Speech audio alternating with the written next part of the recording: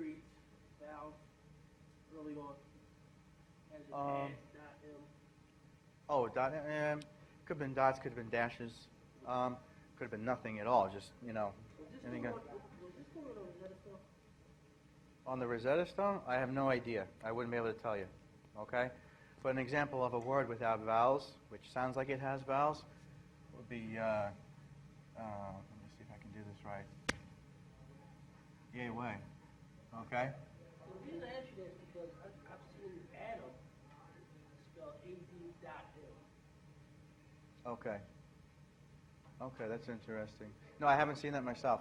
Under a new creation story similar to that. Okay. Let me get to the atom in a minute, because you'll be interested in what I have to say.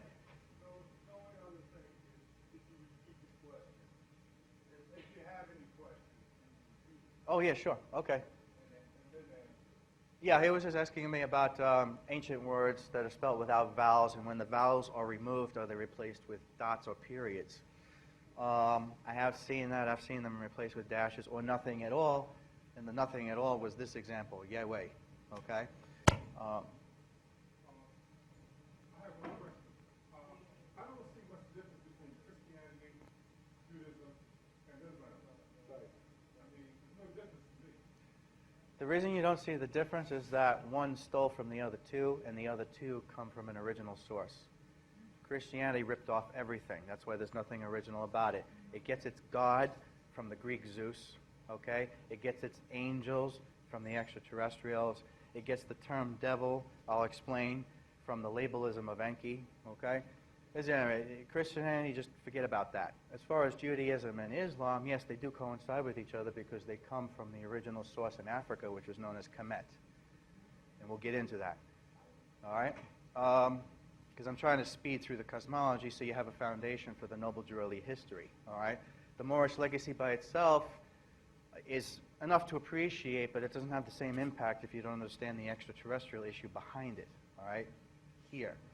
Get through that first. This gives it a little more impetus over here. This by itself, nothing, all right? So the Anunnaki are using the apes. Now, on the word of Enlil, being the hump that he is, the Anunnaki are working the Adapas to the bone into the ground, killing them off literally left and right. Now, Ea and Ninhursag have just put their blood, sweat, and tears into this creation. They have, allegedly, a certain amount of compassion that they develop for the creation, as any artist or God would towards his piece of artwork, okay? So they start getting rather pissed off at the way their hostile, sadistic pig of a brother is driving them into the ground. So Ea decides, wait a minute, I'm putting all this damn effort into this thing. I want some for myself, okay? And this is what begins the so-called original sin, because now he's beginning to disobey feudal law, because there's a feud between him and him.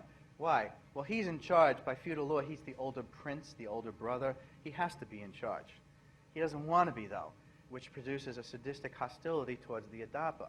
On the other hand, he's the one that creates them. He's the master geneticist. He feels that he should be in charge and wants to take over. Okay? So you got this magnificent Shakespearean drama developing here, that's very similar to the shenanigans you read about in Hamlet and Macbeth and so forth. So he sets a plot in motion. Now, Enlil had already established no beast would be taught forbidden knowledge. This is why they had to be engineered to obey simple commands. Lift, shove, push, nothing else, okay? But smart enough to remember those robotic commands, okay? So that they didn't have to be retaught every damn time. Ea says, screw that. He starts taking a certain group of them under his own wing, okay? And starts teaching them forbidden knowledge. But he's got to get the beast evolved a little more modified, because remember, they just got finished creating a beast that wasn't supposed to understand anything more than simple commands. So what he does is both he and his sister Ninhursag have a rather interesting relationship with another extraterrestrial race, okay? And that particular extraterrestrial race put this over to here, is known as the ankyls.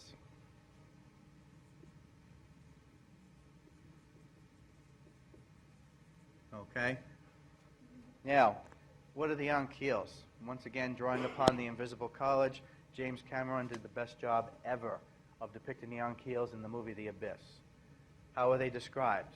They're described as avionic, bird-like race of beings, highly evolved very far out of three-dimensional existence to higher densities, but they got bored and missed the fun in the third dimension, so part of them came back down to the third dimension. And that's a strange concept, which is why James Cameron did a fantastic job of depicting that concept. And of course, it was so simple, it was so magnificent, that when I saw the movie The Abyss, I was like, transparency. Half in, half out of three-dimensional existence. Are you there? I don't know. I can touch you, but I can't see you. Okay? Half in and half out of three-dimensional reality. Those beings you see are avionic, bird-like race of beings. Okay? That's the ankyls in the abyss.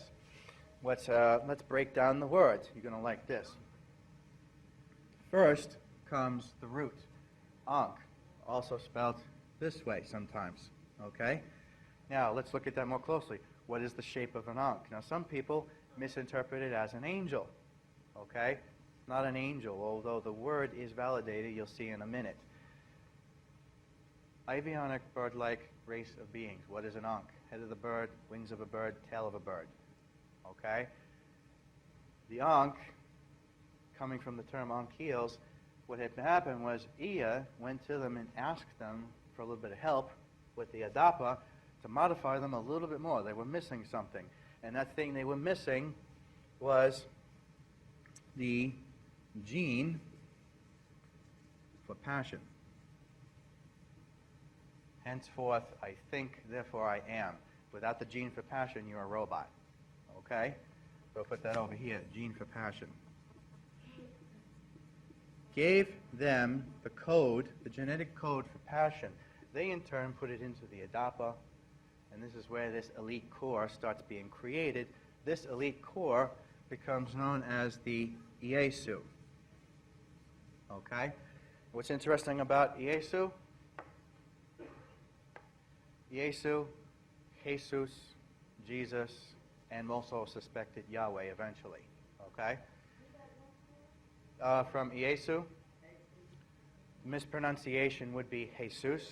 From Jesus, Jesus, an even more bastardized term. And then it's also suspected that somewhere along the way, the syllables for Yahweh also came from this. What you'll also, later on, what you'll also know as the proper name, and I'll explain why later, the proper name for the one you call Jesus Christ is Guru Master Prophet Isa. Isa comes directly from this too. Okay? So put that right next to it, Isa. All right, which is also used in Turkey. They still use the proper term to refer to that particular prophet.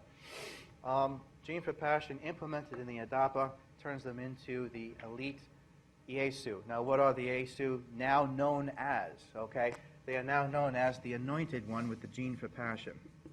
The anointed ones. Okay?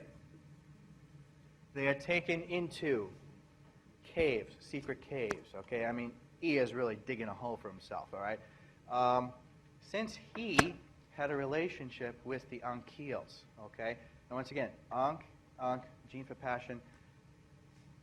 Ankyls also becomes angyls, as in Los Angeles. From angyls, you get the word angel. The angel are the ankyls.